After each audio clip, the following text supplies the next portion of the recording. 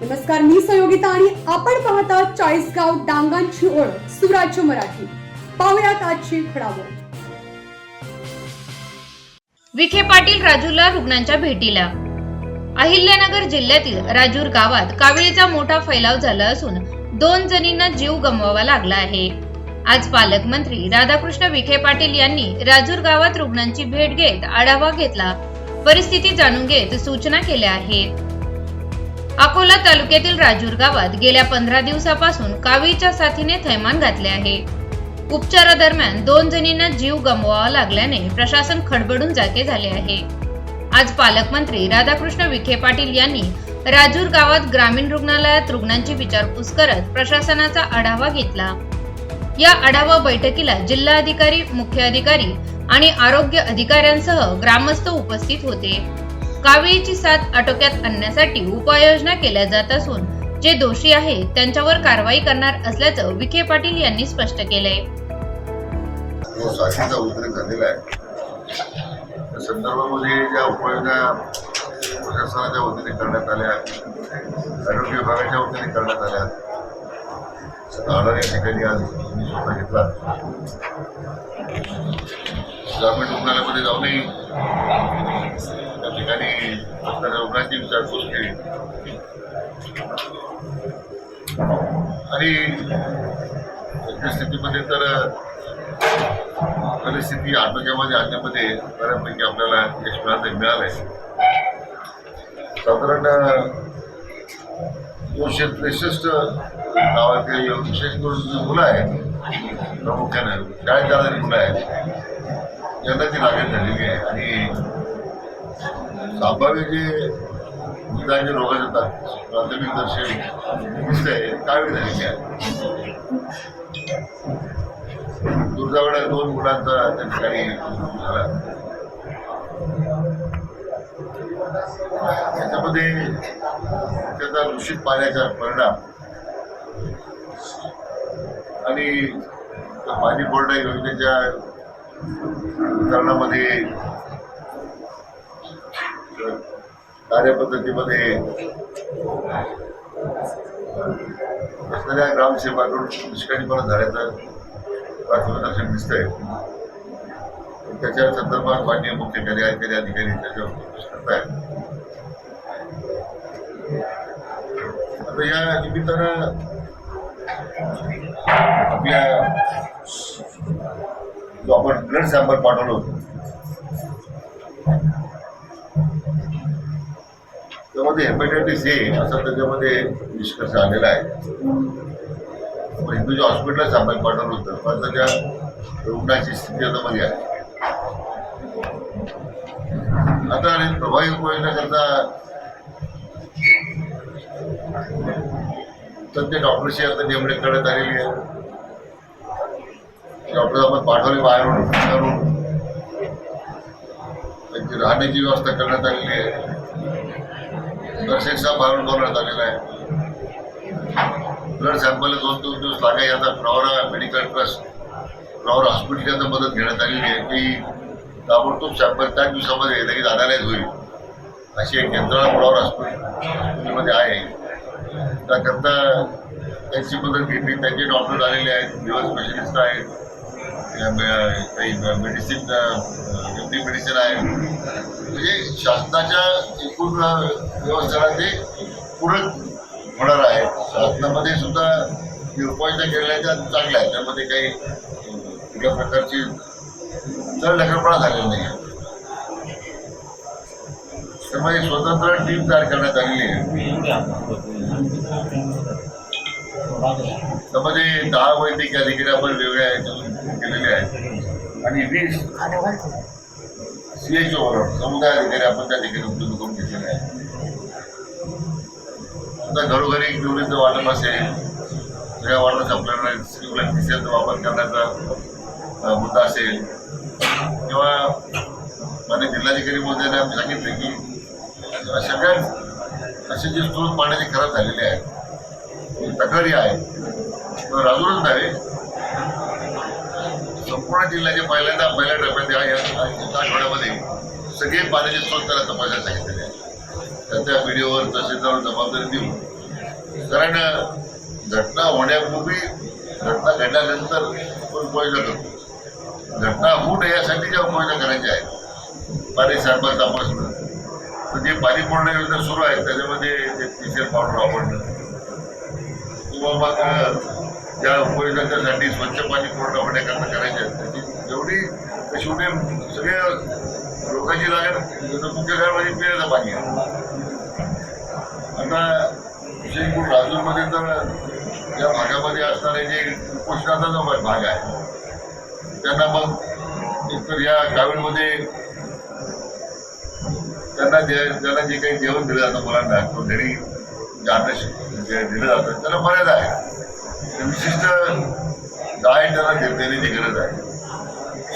त्या संदर्भात सुद्धा आता आम्ही न्यूट्रिशनिस्ट जो आहे आपल्या सिव्हिल हॉस्पिटलचे न्यूट्रिशनिस्ट आहेत, फ्लॉवर हॉस्पिटलच्या एकत्र बसून एक डाएट प्लॅन तयार करून आपल्याला काही एखाद्या सेवाभावी संस्थेच्या माध्यमातून रुग्णांना तरी आपल्याला पुरवठा करता येईल का तो विचार आपण करतोय.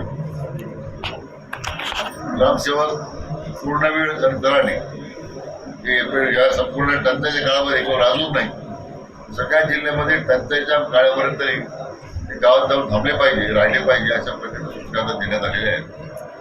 तर मनमाडच्या संदर्भात ती कार्यवाही होईल.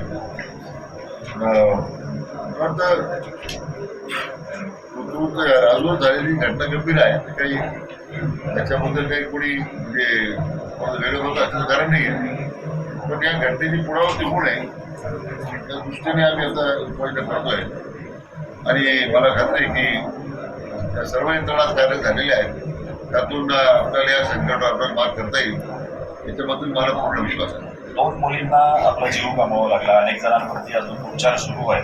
कुठेतरी ग्रामपंचायत प्रशासन किंवा आरोग्य प्रशासनाचा हा हलगर्जीपणा दिसत नाही. जबाबदारी निश्चितपणे कारवाईची गरज आहे. म्हणून मुख्य कार्यकारी अधिकारी जिल्हा परिषद सूचना दिलेल्या आहेत. त्याच्यामध्ये निष्काळजी मला कोणत्या स्तरावर तिथला जो ग्रामसेवक होता अगोदर निलंबित झालेला होता. पुन्हा एकदा निष्काळजीपणा प्राथमिक दिसतोय त्याचा. शिसेल पावडर न वापरणं, घाण पाण्याची चाललंय ग्रामपंचायतीला त्या दखल देणं त्याच्यावर सुद्धा आता माणूस निलंबन झाले बडतर्फी केले त्याला. परंतु आणखी त्याच्यामध्ये काय काय त्रुटी राहिल्या आहेत त्यामुळं प्रसंगाला सामोरं जावं लागतं. त्याची सगळी चौकशी आता मुख्य कार्यकारी अधिकारी करतायत. पण मी म्हटल्याप्रमाणे आता कारवाई होत राहील. भविष्यात अशा घटना होऊ नये यासाठी काय करता येईल त्या उपाययोजना सुद्धा आपण लगेच त्याच्यामध्ये उपाययोजना करण्यामध्ये कार्यवाही सुरू केली. मंत्रिमंडळाची 4मध्ये मोठी बैठक होते आहे. त्यासाठी कोट्यावधी रुपये खर्च करून मोठा सगळी तयारी सुरू आहे. अशातच माझा आरोप होतोय की एवढी सगळी कोट्यावधी रुपये खर्च करून जर मंत्रिमंडळाची बैठक होत असेल तर हे सरकार एखाद्या गावाला स्वच्छ पाणी पिण्यासाठी देऊ शकत नाही. मला वाटतं त्याचा संदर्भ असा आहे की जलजीवन मिशन सारख्या मोठ्या योजना आता गावोगावी सुरू आहे, जिल्हा परिषद मार्फत सुरू आहे, निवडणूक मार्फत सुरू आहे. आणि त्यामुळे मंत्रिमंडळाच्या बैठक होणं काय ते निरंतर चालेल प्रक्रिया आहे. दरप्रमाणे मुंबईला बैठक होतच असते. पण आज 30 शताब्दी वर्ष आपण साजरी करतो आईला देवींचं.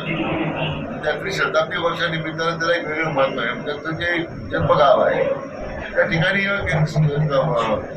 सिम्बॉलिक अशा प्रकारची मंत्रिमंडळ बैठक झाली म्हणजे त्यांच्या असणाऱ्या त्यांना एक आपल्याला मला वाटतं मानवता दिल्यासारखं होईल. आणि शब्दांचा कार्यक्रम सुरू केला आहे. त्यानिमित्तानं त्या चुंडीच्या भागाचा विकास, स्मारकाचा विकास झाल्यापाहिजे व्हावा अशा त्यामुळे चर्चा होईल. मला वाटतं काही वेगळा अर्थ काढण्याची गरज नाही. मंत्रिमंडळाची बैठक नेहमीच होता. एवढंच आहे की मुंबई आहे चुंडीला आपण घेतो. धरणातील जे जिल्ह्यातील धरणं आहे त्याचा पाणी साठा कुठेतरी 40% खाली आलाय आणि अनेक ठिकाणी जवळपास 120च्या वर टँकर सुरू करायला लागले. काय स्थिती जिल्ह्याची आहे? दुष्काळाचं सावट सगळीकडे दिसतं. गेल्या वर्षी वाटतं टँकर आपल्याला जास्त होती. 300-400 टँकर होते. यावर्षी आता 120च आहे. पण धरणाची एकूण साठ्यांचा जलाशयाचा मी स्वतः आढावा घेतोय. प्रत्येक खोऱ्यामध्ये असेल, गोदावरी खोऱ्यामध्ये असेल बऱ्यापैकी त्याच्यावर नियंत्रण आणण्याचा बेकायदेशीर जो होता कारण किंवा त्याचा जो त्या पद्धतीने गैरवापर होत होता. आता शेवटी जलशयाचे साठे दुर्दार यावर्षी उन्हाळ्याची तीव्रता एवढी आहे की वाशी भोड झपाट्यानं होते आणि त्यामुळे पाणी साठे परिणाम होतो. हे असतानाही त्या जिल्हा परिषदांनी त्या जिल्हा प्रशासनाने आता उपोषण करण्याची गरज आहे. आपण जिल्ह्यामध्ये तशा 9 उपोषणा केलेल्या आता, ज्यामध्ये टँकरच्या जरी पाणी पुरवठा होत असेल त्या नागरिकांना त्याला सोडणार नाही, किंवा मग येणाऱ्या पुढच्या महिन्याभरामध्ये आणखी काय गावांना पाण्याची टंचाई भासणार आहे, काय प्रश्न करावं लागतील, तर आपण एक आराखडा तयार केला. निळवणे कालव्याच्या पाईपलाईन काढण्यात आलं आहे, डेमोलिशन सुरू आहे शेतकऱ्यांमध्ये आणि खात्यावर. नाही, असं आहे की निळवंड्याच्या डाव्या आणि उजव्या कालव्याची लांबी फार आहे. कारण आमच्या संगमनेर तालुक्यातील काही शेतकरी बांधवांच्या संदर्भात काही त्याला भीतून पाणी मिळणार नाही. आता त्याला आश्वासन केलेलं आहे आम्ही, ते प्रक्रियेपासून म्हणणे होत आले मला पाणी मिळेल तर धरण बंद करणार नाही, त्यामुळे त्यांनी आता मान्य केलेलं आहे. पण काही लोक त्यामध्ये राजकारण करण्याचा प्रयत्न करतात, त्याला काही भाजपाचा प्रयत्न करतात की तू आता दुसरा आमदार निवडून दिल्यामुळे तुम्हाला आता प्रश्न तुम्हाला आता असं त्यामुळे तुम्हाला प्रश्न तयार झालेला आहे. तर हे काही राजकारण करण्याची जागा नाही. लोकशाहीच्या बंधनामध्ये जे निर्णय लोक घेतात ते घेत राहतात, परंतु या पाण्याच्या बाबतीमध्ये आता राजकारण करू नये. विनाकारण शेतकऱ्याला भडकायचा प्रयत्न होतो. मी शेतकरी मात्र आपल्या माध्यमातून सांगू शकतो जेवढा अधिकार होता खात्यावर तेवढा अधिकार आहे. घट्ट पाणी झालं की तुम्हाला पाणी द्यायचं असेल, त्यामुळं कोणाला पाण्याच्या बाबतीमध्ये दुजाभाव करण्याचा तुझा होणार नाही, त्या सर्व सूचना दिलेल्या आहेत. स्वतः त्या बाबतीमध्ये त्याची माहिती घेतो. प्रवरा नदीच्या पाण्यावर आणि कालव्यांच्या पाण्यावरती अनेक गावांच्या पाणी योजना आहेत आणि आपण जर बघितलं तर संगमनेरसारख्या शहरातलं सगळं गटारीचं पाणी त्यात येतं. मुलांसारख्या ठिकाणी कचरा कुठे आहे, अनेक गावांचं गटारी थेट पाण्यामध्ये नदीमध्ये सोडल्या जातात. त्याच्यावरती खरं तर ठोस उपाय काही केला जाणार आहे. राज्यामध्ये हा सगळ्यात मोठा प्रश्न. तर नाशिक महानगरपालिका आहे किंवा पुणे महानगरपालिका उदाहरण आपण जे पाणी वापरत 80% पाणी रिसायकल करून त्यांनी सोडलं पाहिजे, त्यांनी सिंचन वापरलं. त्या सगळ्यात मोठ्या शहराचा परिणाम बिगर आरक्षण वाढत झालं, शिरच्या पाणी वाढत झाले. मात्र पुढे गंभीर नाही. आता संगमनेरची अवस्था तीच आहे. सगळ्या साडमानी गडाचं म्हणण्याची म्हणजे की जे प्रवाहामध्ये खाली कालव्यातून पिण्याचं पाणी झालं. दुर्दैवानं आता मी सगळ्या महापालिकेला सूचना दिलेल्या आहेत की जेवढं टक्के पाणी तुम्ही प्रक्रिया करून सोडणं अभिप्रेत आहे, ते जर पाणी आम्हाला मिळालं नाही, नदीमध्ये मिळालं नाही मात्र प्रक्रिया करून तेवढं तुमच्या पिण्याचा कोटा आम्हाला कमी करणं असं डोक्याचं परिपत्रकच काढतो. परंतु नगरपालिका ग्रामपंचायतीच्या नदीकाठच्या आहेत त्यांची क्षमता तेवढी प्लॅन बसवण्याची नाही. माझा प्रयत्न असं की क्लस्टर तयार करायचे होता, ते नगरपालिकाच्या भागाटी खेडे एकत्र करून ते पाणी एकत्र गोळा करायचं. त्याच्यात संपाचा खाताच प्रक्रिया केला तरी प्लॅन बसतो आणि त्यावेळेस सोडू. तर नदी स्वच्छ ठेवणं, नदीचा पात्र आणि नदीचं पाणी स्वच्छ ठेवणं ही सुद्धा खरं त्याच्या यंत्रणेची जबाबदारी आहे. त्या विषयात संपाचा आपण जबाबदारी घेऊ. गोदावरीवरून घेतलेला आहे, गोदावरीच्या स्वच्छतेचा प्रश्न आहे. अनेक ठिकाणी जलपर्णीचा वेढा गोदावरीला पडलेला आहे. काय उपाययोजना समोर? जलपर्णीचा परिणामच आहे. नाशिक शहराचं प्रदूषित पाणी त्याच्यामुळे हा परिणाम झाला. आता उपाच्या पार्श्वभूमीची माहिती मिळाली. साधारण 1300 कोटी रुपये सरकारनं मंजूर केले. संपूर्ण नाशिक शहराचं जे सांडपाणी जातं पूर्णतः प्रक्रियेकडूनच गेलं पाहिजे. आम्ही सुद्धा आता जलसंपदा खातं म्हणून आम्ही आतापर्यंत एवढं गंभीर होतो. आता प्रत्येक नगरपालिका महानगरपालिकेच्या ठिकाणी वॉटर मीटर बसून किती पाणी प्रत्यक्ष घराकडून बाहेर जात आहे आम्ही स्वतः प्रक्रिया सुरू केली. सुराज्य मराठीकरिता प्रतिनिधी विलास तुपे, राजूर. आपल्या सुराज्य मराठीच्या YouTube चॅनलला सबस्क्राईब करायला विसरू नका.